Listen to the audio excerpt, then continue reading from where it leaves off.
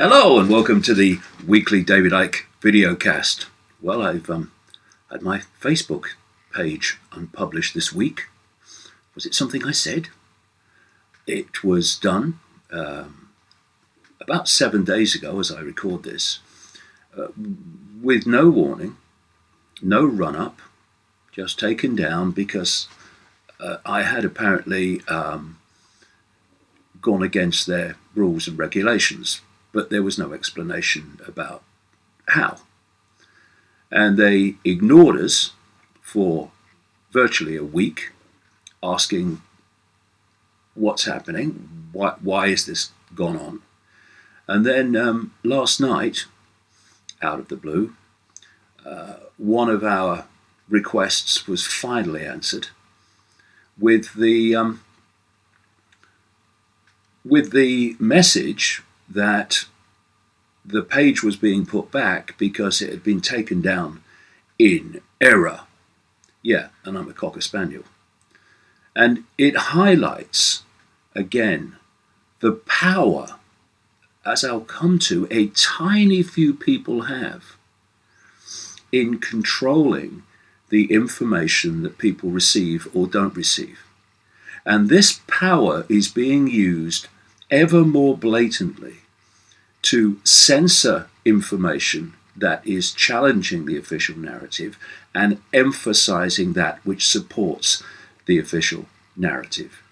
People's YouTube channels, Facebook pages, Twitter access is being deleted with increasing extremism, so that this narrative that people receive, from which people's perceptions come, can be controlled. And this has been the plan from the very start. You know, whether people accept it, and more people are, world events, society transforming events, are not random. They're planned in a sequence leading to a goal at the end of it, which is the complete subjugation and control of human society.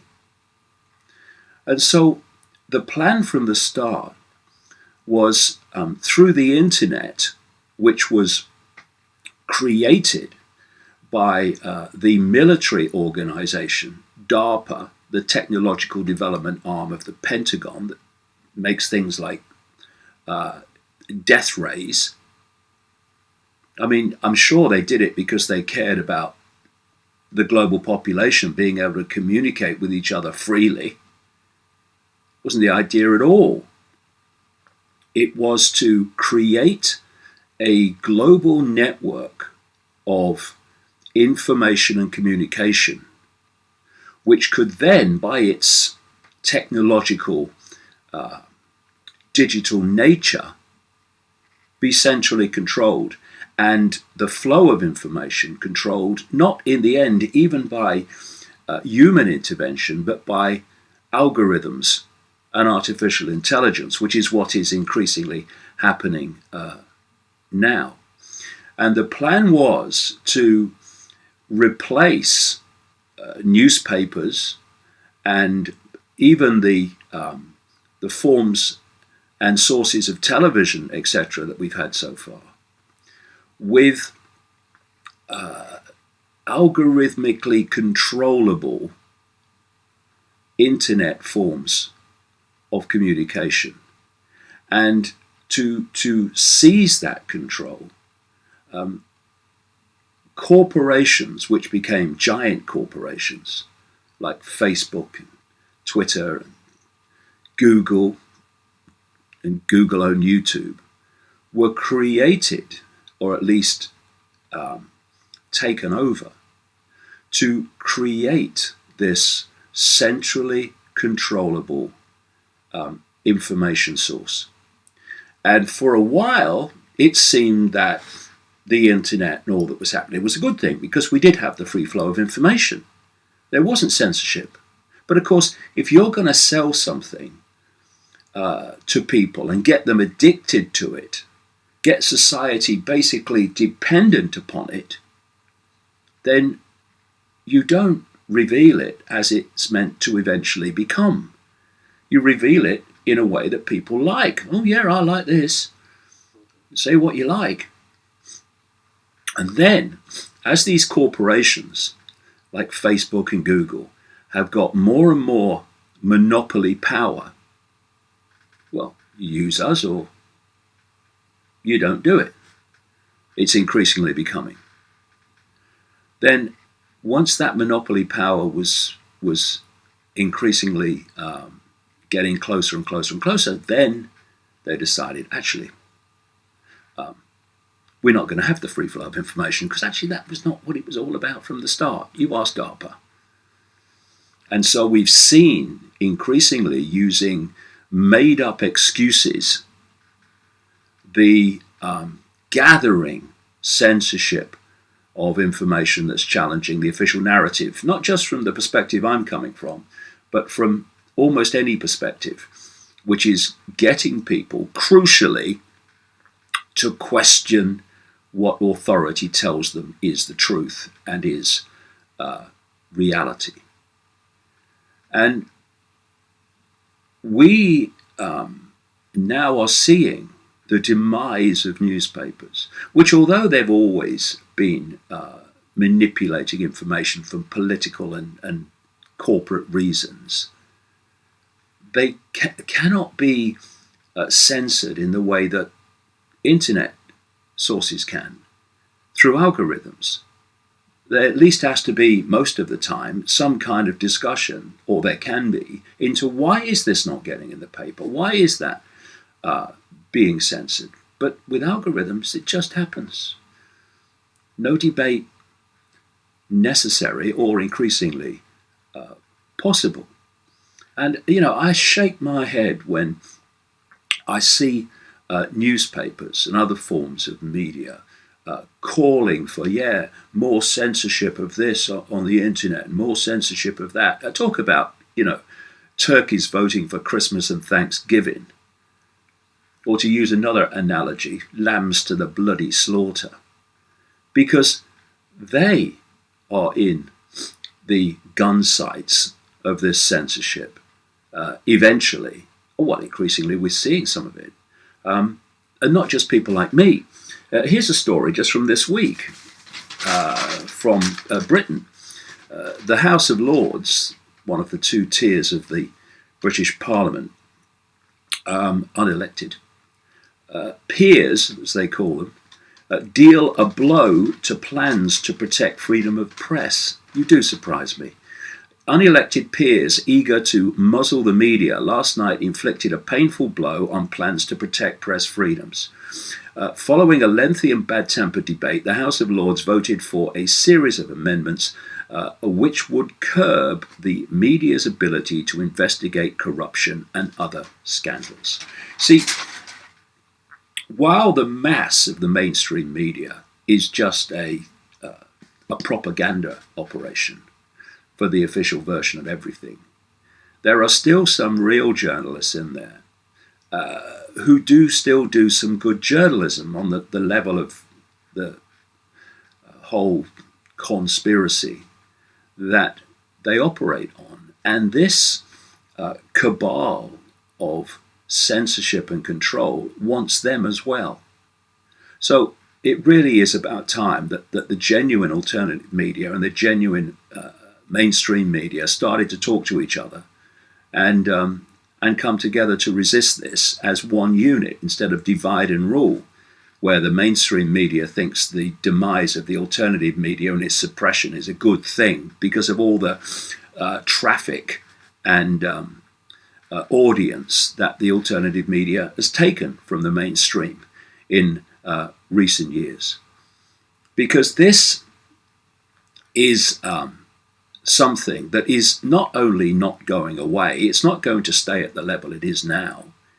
This censorship is designed eventually to become total. I'll give you an example, talking of the topical story about my Facebook page being unpublished for nearly a week. Algorithms have been used to suppress how my information circulates around the internet in the most obvious ways. The following support for my Facebook page was going through the roof, month after month after month, climbing and climbing and climbing rapidly. It got up into nearly 800,000 people on the page. And then, overnight, virtually, some years ago, that stopped.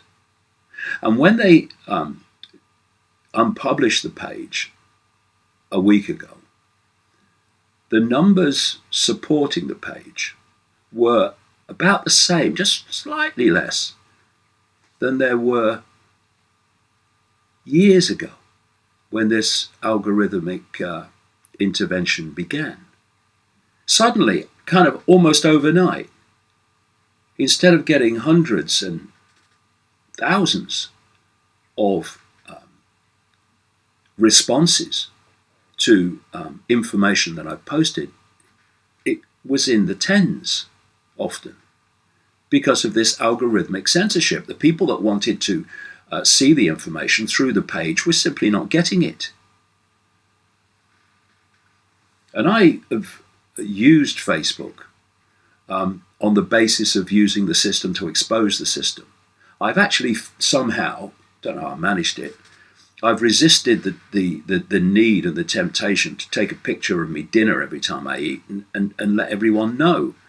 I've used the platform, if you like,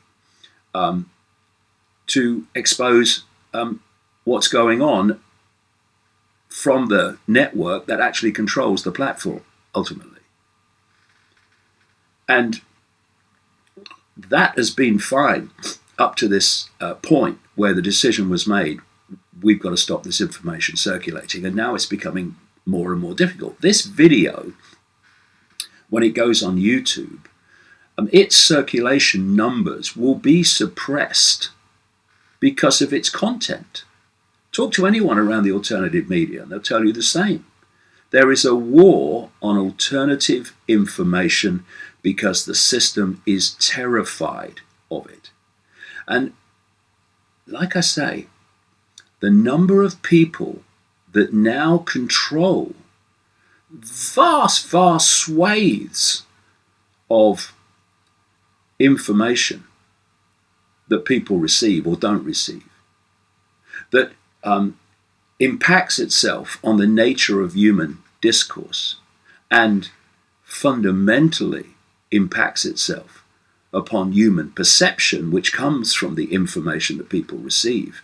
The small number of people that are controlling that is extraordinary. Just go through a few numbers.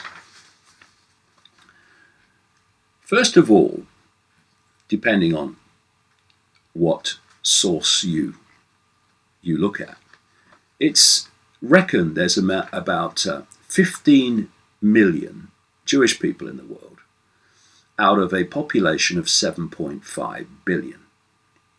Now, significant numbers, very significant numbers of those Jewish people, that 15 million, will not only not support Zionism, which is a political philosophy, not a race, let's not forget, but they vehemently oppose it.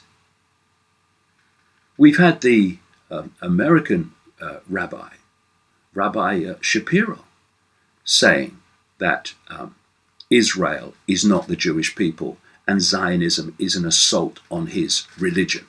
So Zionism and Jewish people are not the same thing. But the manipulators want to make the public believe they are the same thing, so anyone questions and challenges and exposes Zionism and its agenda is automatically a racist because they're blaming Jewish people for everything. Well, here's someone who's not. You know why? Because it's not true. Then you have a large number of that 15 million who support Zionism, but on the basis that they support the existence of Israel and what goes with it. But they are not aware of the actions and the agenda of what I call the ultra-Zionists, the big-time extremists, people like Netanyahu and his mentality, who are running an agenda not for the benefit of Jewish people. They're just expendable to them as much as anyone else is. But an agenda that benefits the 1%, as they've been called. So you're looking then at 15 million people in a world of 7.5 billion. You're looking at a significant number of them who oppose Zionism, a much larger number who support Zionism but not in awareness of what the ultra-extremists within it are doing and to what end. And that leaves a tiny few ultra-Zionist zealots who are the ones that I'm talking about. And it's not just them. They're just part of this global web of manipulation that includes people from all backgrounds in the end. So let's just look at this small number. I mean, okay, never mind the small number. Let's take 15 million. Let's take that figure as a whole. Out of this tiny number of 15 million people in a world of 7.5 billion, five of them have control of the flows of information that come through Google, comes through Google-owned YouTube, and comes through Facebook. Out of that tiny number, we have, at Facebook, we have that giant corporation run by Mark Zuckerberg and his chief operating officer, Sheryl Sandberg. At Google, we have the creators and controllers, well, at least on one level, Sergey Brin and Larry Page. And at Google-owned YouTube, the CEO is another Zionist called Susan Wojcicki, who is the sister of the former wife of the Google founder, Sergey Brin. So there you have 5 people who can dictate the rules and regulations on the basis of what is seen on YouTube, what is seen on Facebook, and the nature of the search engine emphasis and suppression of information that goes on with Google. And not only that, these corporations are also hiring ultra-Zionist hate groups who set out to get the public to hate their targets, hence I call them hate groups, like the Anti-Defamation League, and in Britain, the Campaign Against Anti-Semitism, the CAA, that works so hard to have my public events banned. They are being hired by these same companies to advise on what should and should not be censored. The CAA was created out of nowhere with private funding in the midst of the mass murder and slaughter of Palestinians, civilians and children in 2014 with the state-of-the-art weapon attacks on Gaza. It was created amid that to mitigate the appalling public relations image, understandably, of Israel at that time. And within no time, the CAA was walking the corridors of power, meeting people like Theresa May. And why did that come about? Freedom of information documents have shown how close this CAA is to the police, and particularly the police that are involved in so-called hate crime. And these are the organizations with total allegiance to Israel, who are being hired by these companies controlled by people with allegiance to Israel to advise them on what should and should not be censored. And this is what they are desperate for people not to realize. Why does anyone think that Israel has this network of ultra-Zionist hate groups around the world dedicated to silencing people who expose things like this and expose Israel for its real agenda in terms of its regime, by dubbing them anti-Semitic and racist? It's not to protect Jewish people from racism. It's to protect Israel from legitimate investigation and exposure. And where is the mainstream media in all this? Why aren't they exposing this? I know they're running for the hills and running home to their mum, crying for their dollies. Well, that's politically incorrect, isn't it?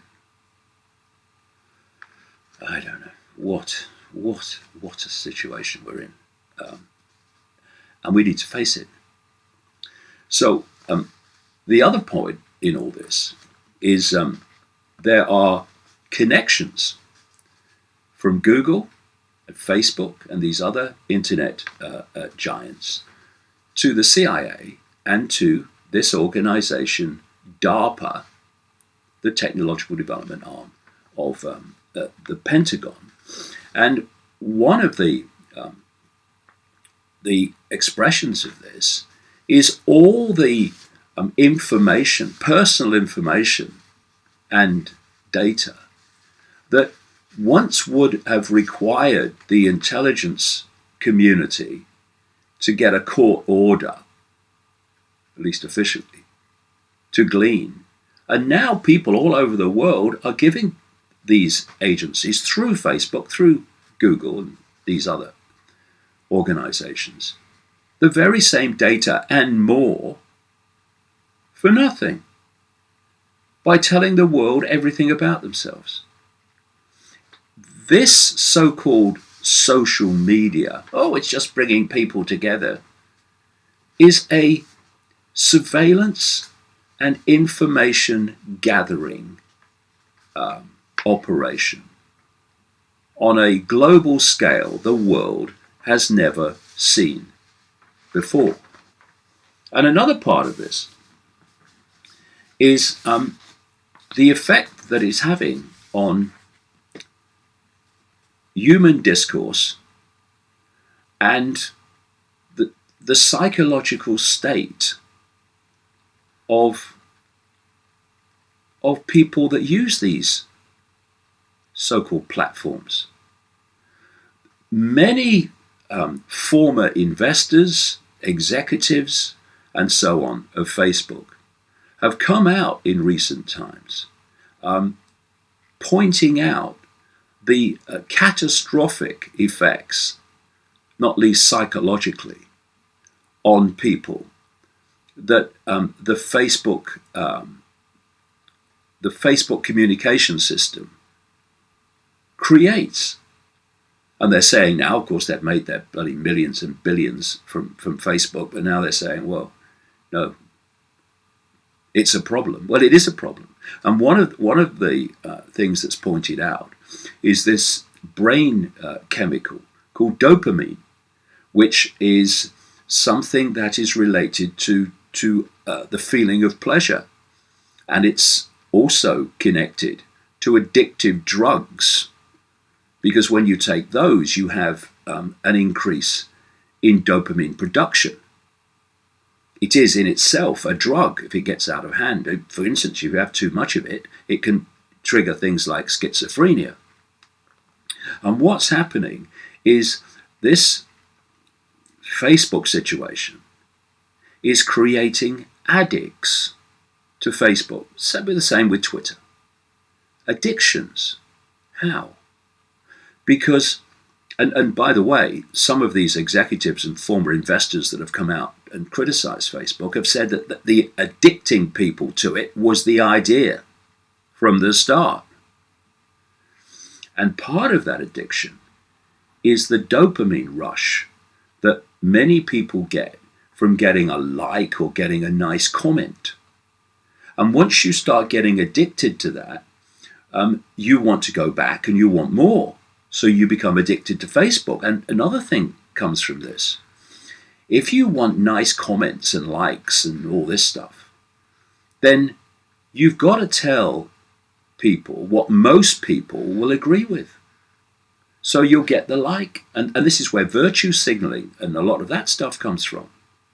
And what this means is you are getting people to say what the majority agree with, just to get this feedback. And this is part of the creation of the hive mind, the hive opinions, the hive perceptions that are destroying the diversity, not only of communication, but the diversity of even thought, opinion. Add to that the abuse and the intimidation of those that challenge this hive perception. And you've got a situation of carrot and stick, pushing people into this tiny area of perception, which suits the state, might suit the state as well, but it suits the state in terms of what it wants people to believe, because then it's dictating what people perceive. And one of these people that was connected to Facebook who's come out is a guy called, if I can find him, Roger McNamee. And he has set out 8 things that he says need to be done to sort this out. Well, they're good, but more than this is required. And these are the 8 things, he says, to sort Facebook out. And indeed, he's talking about social media as a whole, really. Number 1, banning bots that impersonate humans. Now, you would think, if you were interested in the free flow of information and the non-manipulation of that information, that not having bots that weren't human but were claiming to be would be an absolute gimme. No discussion necessary, really. But this is how much of the manipulation of human perception goes on now, through AI. That these platforms, as he calls them, should stop making acquisitions. Because, people say, well, if you don't want to use Facebook, we'll use Instagram, owned by Facebook. Well, there's WhatsApp, owned by Facebook. And he's saying platforms should stop making acquisitions until they assess damage caused. They should be transparent about who is behind political and issue-based communication. They should be transparent about their use of algorithms. If we knew how they were using them, I mean, they admit they're using them, but if we saw the truth of the scale and the reasons they're using them, people would be absolutely shocked to the core. He says they should be required to have a more equitable contractual relationship with the users, because the users are just fodder to make money out of, and fodder to feed perceptions to. Oh no, we care about our users. Yes, sure you do, Mr. T-shirt. There should be a limit on the commercial exploitation of consumer data by internet platforms. Consumers, another word, consumers. We're not consumers. We're human beings. Beyond that, we're consciousness, not consumers. Anyway, people, not the platforms, should own the data. That should be a gimme, shouldn't it? Your creativity that you post on their platforms, and suddenly they own it, or at least part own it. What? And number 8, increasing awareness of the threat posed by platform monopolies, which is what this videocast is about today, pointing out that obvious danger and that obvious fact. But the thing is, much as, there's some good stuff in there, Facebook, and those who really control Facebook beyond the T-shirt, and Google, etc., and YouTube, they don't want to be fixed. That's not the idea. What's happening is what was meant to happen from the start. So when Zuckerberg comes out and says in 2018 we're going to fix Facebook, you're going to fix Facebook in terms of what needs to happen to make it a fair, just and decent form of communication. What he calls fixing Facebook is using excuses like stopping fake news to further and more in a more extreme way censor information the state doesn't want people to see. That's what that's really about. And there's a court case going on at the moment with a former employee of Google who is making great revelations about the way that company works, and I'm sure all the others will be the same, where you are marginalized if you have a different political opinion to what Google reckons you should have, what the brand opinion is. You see, this is a story this week with Virgin Trains, Richard Branson, saying they're going to stop selling the Daily Mail because they don't agree with its opinions. This is all the same thing that I'm talking about here. So Google, according to this former employee in the court case, is looking at employees based on their political opinions. And not only does that destroy your career at Google if you speak your truth, but in the tech industry in general, because it's all connected. And this is what really it's all based upon. It's based on fear and intimidation to silence people. And, we shouldn't forget that if anyone doesn't have freedom of speech, it doesn't mean freedom to say what everyone else agrees with. It's freedom to speak. And then we'll have a debate about the opinions instead of silencing them. If anyone doesn't have freedom of speech, then no one has it. Because if people have their freedom of opinion silenced, everyone else's opinion is not freedom of opinion. It's freedom to conform with what is acceptable to that which has the power to silence those they disagree with. And, there's some of us who won't shut up about this, because there's some of us that don't do fear and don't do intimidation. To you.